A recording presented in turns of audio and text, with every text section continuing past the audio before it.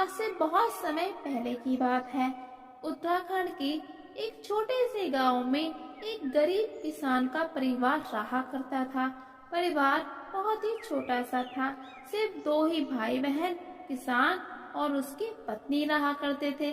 फिर कुछ समय के बाद किसान की पत्नी मर गई। अब उन पर दुखों का जैसे पहाड़ ही टूट पड़ा हो। फिर फिर धीरे धीरे करके समय बीता। बच्चे बड़े हो गई।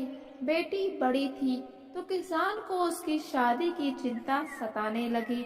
उसने पाई पाई जोड़कर जैसे तैसे बेटी का विवाह कर दिया और उसको ससुराल भेज दिया। और फिर एक दो साल यूं ही बीत जाते हैं। उसके बाद किसान किसान बीमार रहने लगता है और फिर एक दिन उसकी भी मौत हो जाती है। अब किसान का बेटा अकेला रह गया है। वो अनाथ हो चुका है और बड़ी बहन को अब उसकी चिंता सताने लगी है। उसका उसका ससुराल भी इतना संपन्न नहीं था कि वो अपने भाई को अपने साथ रख सके। लेकिन लेकिन भाई की चिंता बहन को सताए जा रही थी।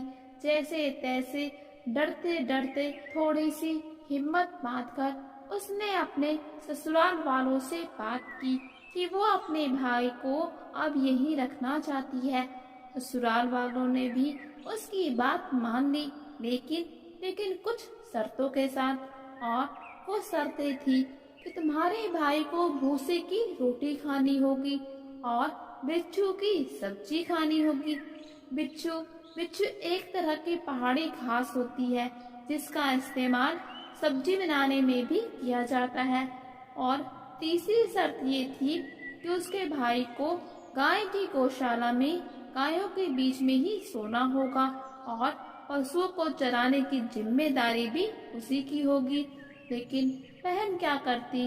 भाई के प्रेम में वो मजबूर थी और उसकी चिंता उसे दिन रात रहती थी।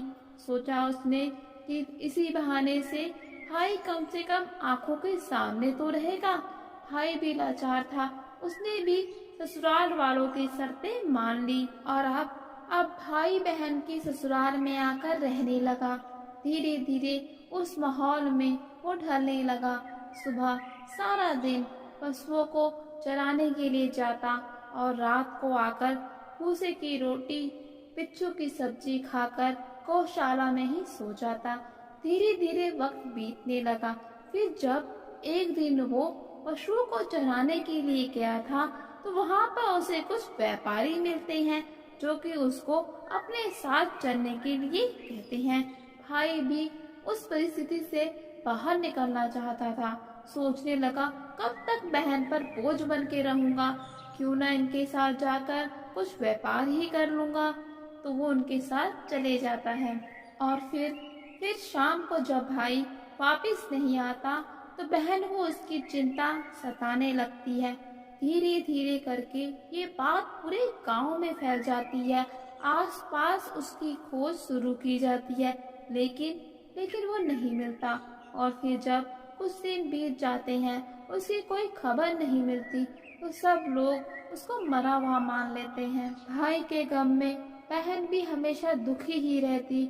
उसे उसे यकीन ही नहीं होता कि उसका भाई अब इस दुनिया में नहीं रहा। और फिर कुछ महीने बीते, फिर कुछ साल बीत गए। भाई की कोई खबर नहीं। अब बहन भी भाई को धीरे धीरे करके भूलने लगी थी और अपनी जिंदगी में आगे बढ़ने लगी थी।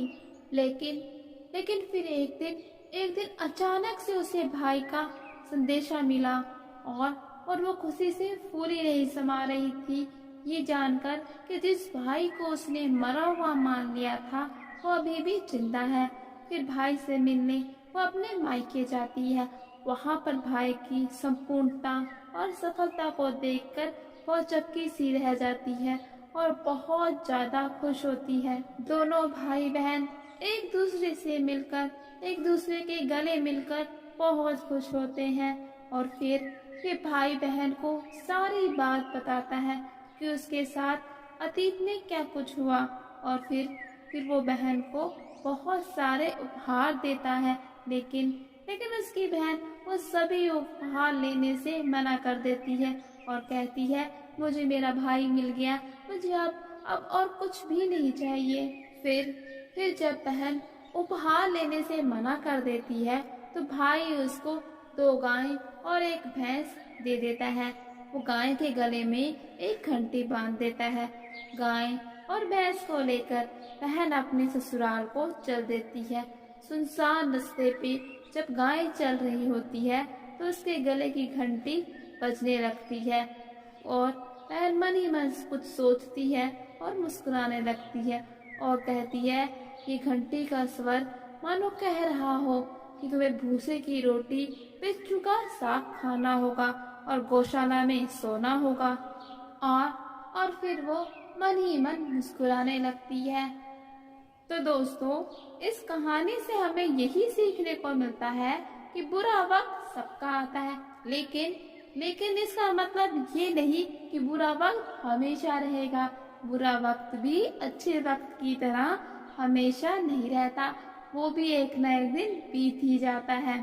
जरूरत होती है तो हिम्मत के साथ हमेशा आगे बढ़ते रहने की।